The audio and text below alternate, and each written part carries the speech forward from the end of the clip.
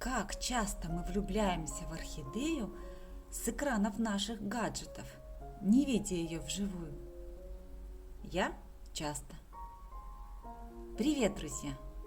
Сегодня мы поговорим об одном великолепном сорте орхидеи, в который я влюбилась с первого взгляда. И это Phalaenopsis Julia. В орхидейных и околоорхидейных кругах ее порой называют аляринг. Нам все равно, как она будет называться. Сегодня я расскажу вам ее историю произрастания в моих домашних условиях с августа 2020 года и по настоящее время. Почему я решила поднять эту тему? Для меня, как для зрителя, всегда интересна динамика развития растения в домашних условиях.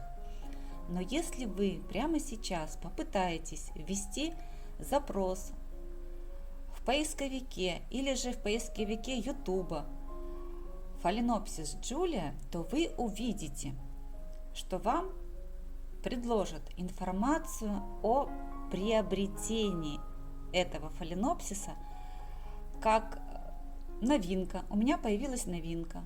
Новая шикарная орхидея у меня. И все в таком роде. Или Джулия погибает, Джулия реанимация. Но вы вряд ли наткнетесь на информацию об этой орхидее год, 2 года спустя, 3 года спустя. Такое впечатление, что попадая к нам домой, эта орхидея растворяется в наших каких-то домашних условиях, попадает в какую-то черную домашнюю дыру, и только в некоторых обзорах мельком мы можем увидеть эту орхидею в домашних коллекциях. Очень редко она встречается. Что случается с этой орхидеей потом? Почему она пропадает с радаров? Почему нельзя посмотреть домашнее, в конце концов, цветение этой орхидеи? Я решила заполнить этот пробел и показать вам, мои дорогие зрители, как развивается это растение в течение многих месяцев, что с ним происходит, показать, наконец, его домашнее цветение и показать, каким образом, как она цветет дома. То есть здесь есть нюансы, и с ними я вас познакомлю в течение этого ролика. Как вы уже могли наблюдать на начальных кадрах этого ролика, пришло ко мне растение с шикарной корневой системой. Все мы знаем, что обычно эти растения продаются в 9 горшочках, то есть горшочком диаметром 9 сантиметров, и обычно корневая система уже выпрыгивает из этого горшочка. На самом первом кадре, вы можете к нему вернуться, вы наблюдали, какая огромная была корневая система после того, как я вынула ее из 9 горшка и попыталась определить в 12. Ничего у меня не получилось, и пришлось присаживать эту орхидею практически в такое маленькое ведерко. Но разговор сейчас не об этом. Орхидея по прибытию была пересажена сразу. Торфяной стакан вынуть не удалось, он там в наличии. Это нисколько не мешает мне поливать орхидею методом погружения по самую шейку. Ничего страшного не происходит, и вы в этом к концу ролика убедитесь в том, как чувствует себя орхидея на данный. После пересадки растение очень быстро адаптировалось, практически не заметила пересадку, потому что корневую систему по своему обычаю я никогда не тревожу, просто определяю целиком ее в новую емкость и засыпаю тем субстратом, в котором она будет расти, и добавляю туда же в посадку фитиль. Я говорила, что везде, в каждой посадке у меня есть фитиль.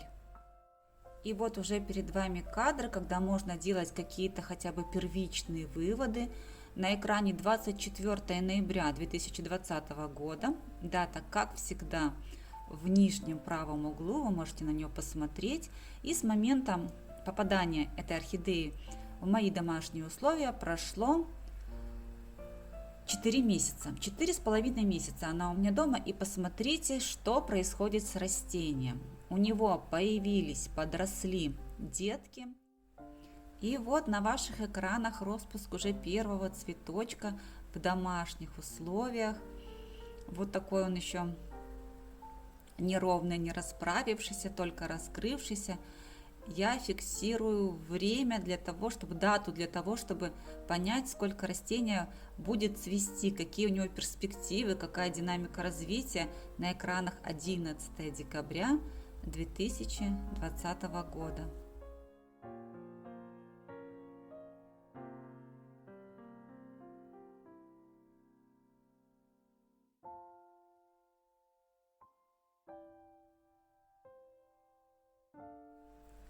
И вот уже 13 декабря цветок полностью расправился. Мы наблюдаем интенсивность его окраски, то есть можем фиксировать, насколько зимнее цветение бледнее, чем летнее. Шикарную эту губу, которая ближе, конечно же, к азиатским фаленопсисам, нежели к голландским. И необыкновенную звездчатую форму цветка, которая так меня изначально привлекла. А вот цветение уже в апреле, то есть все 5 цветоносов раскрыли полностью свои цветы. И вот фотография с черной полосой, на которой мы можем зафиксировать дату. И эта дата 11 апреля 2021 года. Джулия цветет домашним цветением на 5 цветоносов. И вот теперь начинаются видеокадры, и вы, здесь еще нет полного распуска, здесь еще вы можете наблюдать бутоны. И пока будет идти этот видеоряд, я вам буду пытаться донести те выводы, которые я сделала по условиям содержания и уходу за этим растением, как, из чего она может и будет у вас цвести. Ну и вообще все мои наблюдения я вам, конечно же, изложу. Итак, какая информация для меня была интересна, какую я не могла сама найти? Когда покупное цветение стало подходить к концу, я не могла понять, что делать с цветоносами. Они торчали во все стороны и дико меня раздражали. Мне не нравится, когда цветоносы без цветов развиваются на ветру. Не знаю, не нравится мне эта картина, и я предпочитаю всегда эти цветоносы как-то загримировать, что ли, как-то спрятать, ну или обрезать. И вот тут у меня было в распоряжении этих цветоносов 5, и я могла с ними сделать все, что я хочу. Я могла их обрезать, я могла их оставить, и я пошла своим путем. Я часть цветоносов обрезала, а часть оставила. И стала наблюдать, что из этого получится. И вот сейчас я вам свои результаты своих экспериментов вам расскажу. Джулия, вот на ваших экранах, она пробудила почки не процветшие на обрезанных цветоносах, и вы это видите.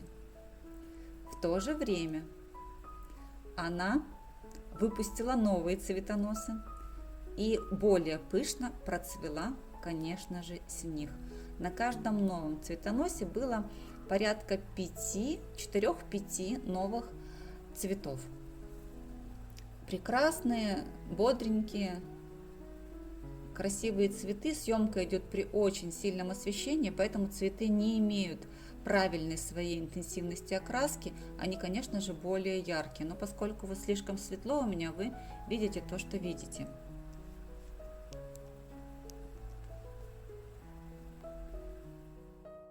Как вы уже могли наблюдать, растение у меня произрастает на подвесе, то есть размещается ампельно, цветоносы свисают, развиваются, как я сказала, уже на ветру и предоставлены сами себе, не подвязаны, вот свисают, как свисают. И для того, чтобы показать вам саму розетку, само растение, мне пришлось снять его с подвеса и определить в кашпо. На ваших экранах кашпо размером 2 литра, то есть большое. И растение полностью, горшок растения полностью в него входит, то есть нет свободного места, полностью его заполняет. Съемка именно этих видеокадров была произведена вчера. Вчера у нас было 9 мая 2021 года. И вы можете наблюдать, как выросло растение за эти месяцы. Несмотря на то, что растение практически непрерывно цветет на 5 цветоносов, я уже говорила, растение продолжает рост и развитие своих деток. Не сказала бы я, что это детки прикорневые, это, скорее всего, детки пристволовые, то есть детки растут от ствола на всей его длине, по всей его протяженности этого ствола. Деток несколько, я не смогла их сосчитать, даже по макушечкам, потому что помимо взрослых уже совершенно те, которых отчетливо проглядываются, есть еще мелкие, я не могу понять, будут ли они развиваться или останутся в замершем каком-то состоянии и дальнейшего роста не проявят. Если вам удастся, я пытаюсь как можно медленнее продемонстрировать вам растение, пытаюсь показать, вот сколько получается розеток внутри горшка. И у меня это плохо получается, потому что там действительно то ли детка на детке, то ли, вот сколько их там. Посмотрите сами. Если сможете это понять, вот напишите мне в комментариях. Я буду этому очень рада. И вы видите, что растут корни в разные стороны, растущие кончики, растущая розетка. Растет и сама мамка, то есть основной ствол. Вот у него растущий листик в стадии роста.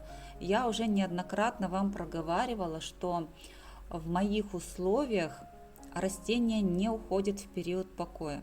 Что это значит? Это значит, что на протяжении всего года и зимой, и летом растения находятся в вегетативной фазе. Они наращивают свою листовую массу, они наращивают свою корневую массу и при этом, естественно, цветут. Почему? Потому что, наращивая новые листья, соответственно, вызревают одновременно и цветочные почки в пазухах, то есть растению есть откуда выгонять новые цветоносы. И растения, соответственно, у меня безостановочно цветут, потому что им есть откуда создавать эти цветоносы, откуда их выгонять. А поскольку у растения полно сил и энергии, то у него хватает силы и цвести, при этом осуществляя все свои остальные и основные функции. Вот еще раз я вам показываю, как растение смогло из спящей почки ее развить и из нее выгнать новый цветонос. Вот растущие корни, вот прекрасные листья. И вот я вам показываю второй обрезанный цветонос. Я несколько обрезала, несколько оставила. Второй обрезанный цветонос, вот из него тоже пошло ответвление. На этом ответвлении тоже сформировалось 3 прекрасных цветка. То есть делаем вывод.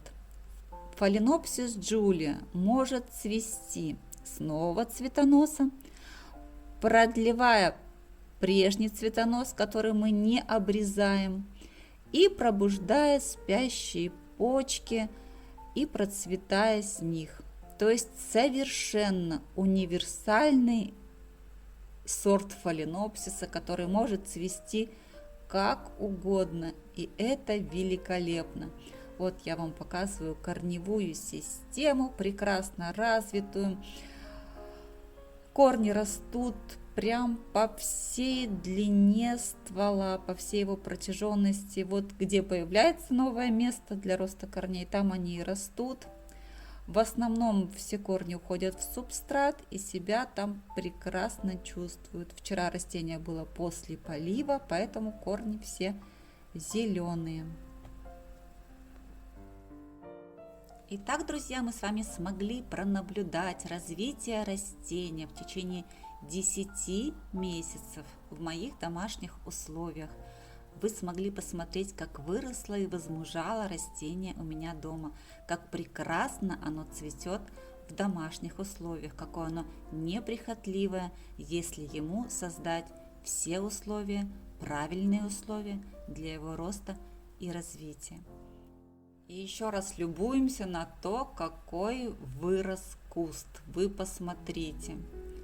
С августа 2020 года по май 2021 года. Можете ли вы поверить, что все это выросло менее чем за год? Такое богатство, такое количество деток, такое количество цветоносов и такое достаточно пышное для этого сорта орхидеи цветение на 5 цветоносов.